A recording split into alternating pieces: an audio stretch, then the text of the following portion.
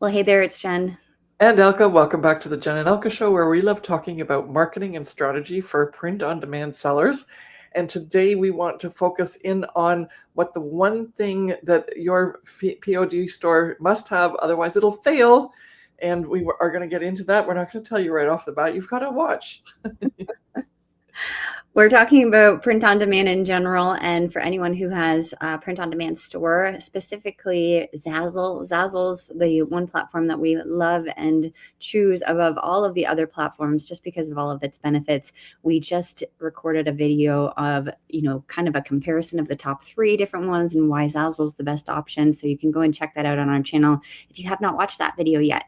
But for anybody in the print on demand space, there's one thing that you need before you even start posting any products for sale. And don't take all of those viral videos of people looking up all the statistics on Evergreen and saying, oh, you can make this t-shirt because look at the stats. That t-shirt online on Etsy made $6,000. So you can create a similar design and post it for sale and you'll start making all that money. The reason why those t-shirts and all those other things that you see online with those stats from Evergreen are selling is because the people who made those products did intentional research on why they decided to make that product and post it for sale.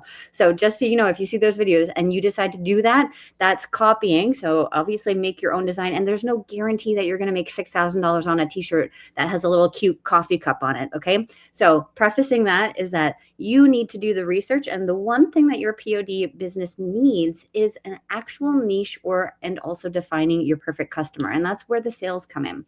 Because if you don't know what niche you're in or you don't know who you're serving, then your store, whether it be on Zazzle or not, is going to be like, I don't even know what to call it. I'll call it like a warehouse of something.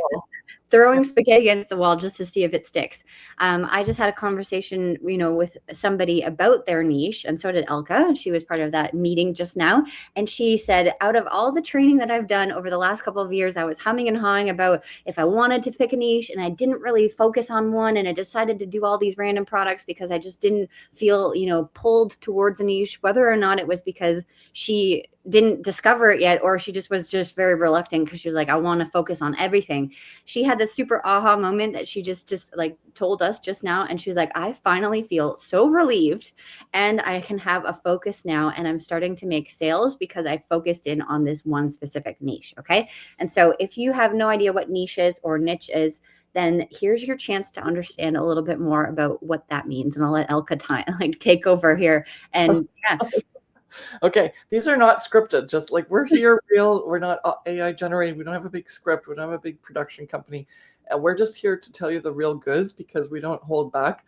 And we've helped our students make over $165 million in sales on Zazzle alone. But we've also helped our students make a ton of sales on Etsy and all the other social, like the other platforms like Redbubble and Society6. So here we go.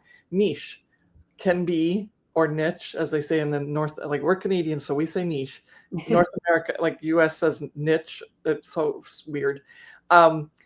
Is what specifically is an area where you are focused in on, okay? And the area can be some sort of like related items in terms of like, let's say sports or home decor or business. And those are already focusing in, right? And some of the sports and home decor are more product-based niches or niches, whereas the what else did I say? Business is more targeted based on a function, right? It's like your business means corporate, small business, and anyone in between, so that they can be served with whatever it is that you're going to make as a product to sell in your store. Okay. Niche or niche can also be a design style. Mm-hmm. We do, and this is really important because there's a lot of people that like, oh, I only like goth, or I only like minimal black, white, or something like, or I can't handle black and white, I need color. And so that could be a niche as well. And then you can just overarch that niche in terms of the design aesthetic or the color choices, and just make everything you want. But at least it's focused on a particular resonance with some group of people that are buying online, right? So if I say like a niche would be like pink girly glitter. That's a design, but it's also like a movement. And we're getting a little bit past that movement, but for 2.5 years, that was a movement. It That was. was really, really helpful to go like, oh, I just want to do anything pink and girly, and I'll do glitter, I'll do feathers, I'll do anything that is going to make like jewels and whatever. All of that will be my niche, and that's perfect. Now, as Jen said, we just came off the call with somebody, and they go like, oh, I'm going to do greeting cards. Now, that's something that we normally say, don't do it as a product niche because that's hard. But then greeting cards, for example, Yeah. can be a niche because it is like the cards itself tap into all these other niches. They tap into every type of occasion you could possibly imagine, and even just things like, how are you doing? I've thought of you today. And so all of a sudden that niche, even though you're focused in on it, gives you that ability to then target customers based on what you design, as to how you serve them, which is really cool. Yeah. Okay, so now you know more about what a niche is. Yeah, and I wanted to just to touch on that point. So niching down and figuring out what your niche is, whether that's be a design style and a theme, or like Elke said, like an overarching whatever, or a product choice. But greeting cards, and just to say, pick your own niche if you want to. You don't have to go into greeting cards. It's not something that is necessary. Going forward is like, okay, if you were to say too, I had clients of mine who just decided to sell only mugs, okay, and that is also something of the opposite thing besides greeting cards. It's like, well, are you really going to be able to fulfill or sustain your amount of income that you want to create each month by selling 1,000 mugs per month? And it might be possible, but let's diversify, and then figuring out what that specific thing is, and then you can actually really target your perfect customer, which comes next, because understanding who your perfect customer is means that you can really hone in on their wants and needs. And that's where your intentional research comes in, and creating intentional products. And we say that word a lot.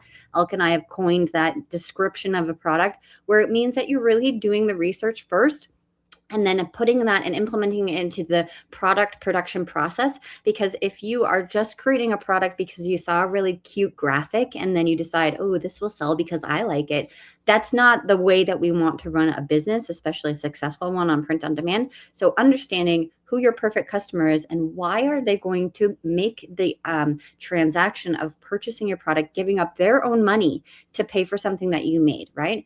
And it goes hand in hand with understanding, okay, if you are a designer, you want to make sure that you're spending your time wisely, because if you're sitting here on your computer making all of these products and wasting your time because you didn't do the research, then that's where people get frustrated, because they're not seeing sales, is that they are doing a lot of work and spending a lot of time posting products for sale. But the thing is that the products that have been posted aren't actually things that potentially would even sell to somebody, especially if you're not thinking about that perfect customer. So for example, if you think that your perfect customer is getting married, then you're going to obviously be very intentional about understanding the wedding trends and the product types that are necessary to post for sale, because a person who's getting married need X, Y, and Z, right?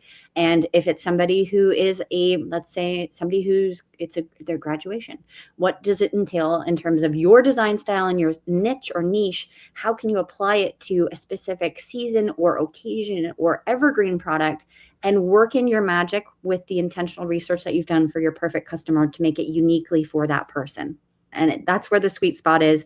That's what you need in your print on demand business or store, so that it will not fail.